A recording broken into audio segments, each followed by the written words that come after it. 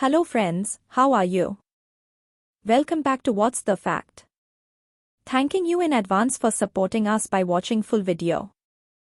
Kindly subscribe and click on bell icon for updates. Let's see. India's filter coffee is now best in the world. Why is it absent from global menus? After months at number 2, India's filter coffee has finally been ranked the best coffee in the world. A staple in South Indian homes, filter coffee has now received international acclaim, securing the top spot on TasteAtlas list of the top 62 coffees in the world. It has even surpassed the beloved Café Cubano. We are extremely happy, but one cannot deny that the recognition has come too late, said Suresh Jairam, a Bangalore-based coffee connoisseur.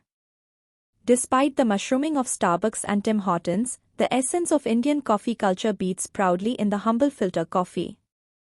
This frothy, aromatic concoction, brewed in traditional stainless steel tumblers, is more than just a beverage, it's a cultural icon. Born in South Indian kitchens, filter coffee is a symbol of hospitality and heritage. Unlike mass-market cappuccinos and lattes, it's a ritual of patience. Getting the proportions just right is everything, said Jairam, who is very particular about his coffee. If it doesn't taste perfect from the first sip, he's not afraid to leave it untouched and walk away.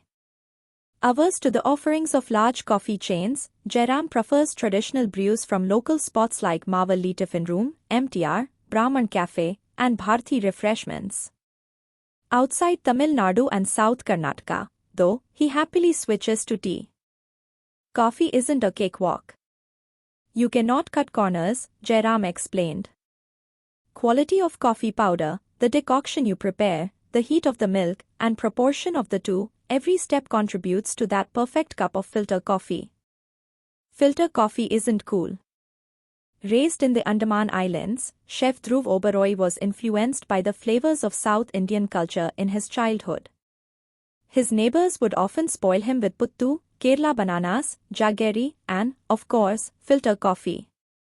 Oberoi has been leading kitchens in Delhi for the past decade, but he still finds himself yearning for that perfect cup of coffee that just doesn't quite taste the same up north. While places like Savana Bhavan and Carnatic Cafe have certainly brought authentic South Indian flavors to the capital, there is something about Bengaluru's filter coffee that still reigns supreme. Bengaluru coffee is much toastier and nuttier, while Delhi serves bland, less frothy, sometimes too bitter coffee, said Oberoi, who serves as the executive chef at Olive Bar and Kitchen. According to the chef, Indians lack confidence when it comes to showcasing their local beverages on the global stage. From kanji and kokum to chaach and filter coffee, desi drinks haven't been promoted internationally because there's a fear they might downgrade the menu. As Oberoi puts it, the common mindset is, a cappuccino is cool, but filter coffee isn't. He also points out that part of the problem lies in filter coffee's complexity and the skill required to master it, which makes it harder to bring to the global forefront. That said, there's one restaurant chain that has successfully taken its filter coffee global without compromising on authenticity, MTR. Coffee ethics at MTR. Today, there's an MTR in Singapore, Kuala Lumpur, Seattle, London, Bellevue, and Dubai. The restaurant, running in its 100th year, will soon have an outpost in Toronto as well. But the expansion plans are tempered with caution. The family's time-tested secret recipes cannot be compromised. We source our beans and do the roasting at our factory in Bengaluru, and export the roasted beans to our franchises across the world, said 50-year-old Vikram Maya, who is managing director of the restaurant chain along with his sister Hema Malini and brother Arvind. To keep up with the hustle of daily life, many turn to a French press for an instant cup of filter coffee. But coffee lovers like Chetan Hegde, Bengaluru chapter head of the National Restaurant Association of India, don't love the idea. Even though the traditional method is a slow process, it creates a difference in decoction, like slow cooking. It's a drink that reflects both the patience and the precision of its preparation, said Hegde, who drops by the central tiffin room for a quick Mangalore bhaji with a hot cup of filter coffee.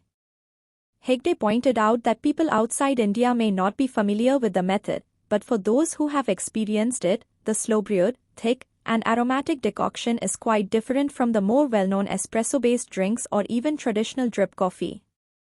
The preparation of filter coffee, according to Hegde, varies across South India, with each region tailoring the strength, type of beans, and proportion of chicory to suit local tastes.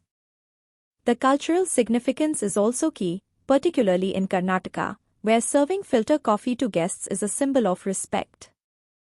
The Malnad region, a lush, hilly expanse straddling Karnataka and Tamil Nadu, is home to what Maya calls the finest Arabica beans. However, the supply still can't keep up with the growing demand. The production cannot serve the northern belt, let alone globally. To experience great coffee, one has to come to the south, he says, noting how coffee tourism is practically non-existent in India. Thank you. Think positive, be healthy, be happy, live long. See you again.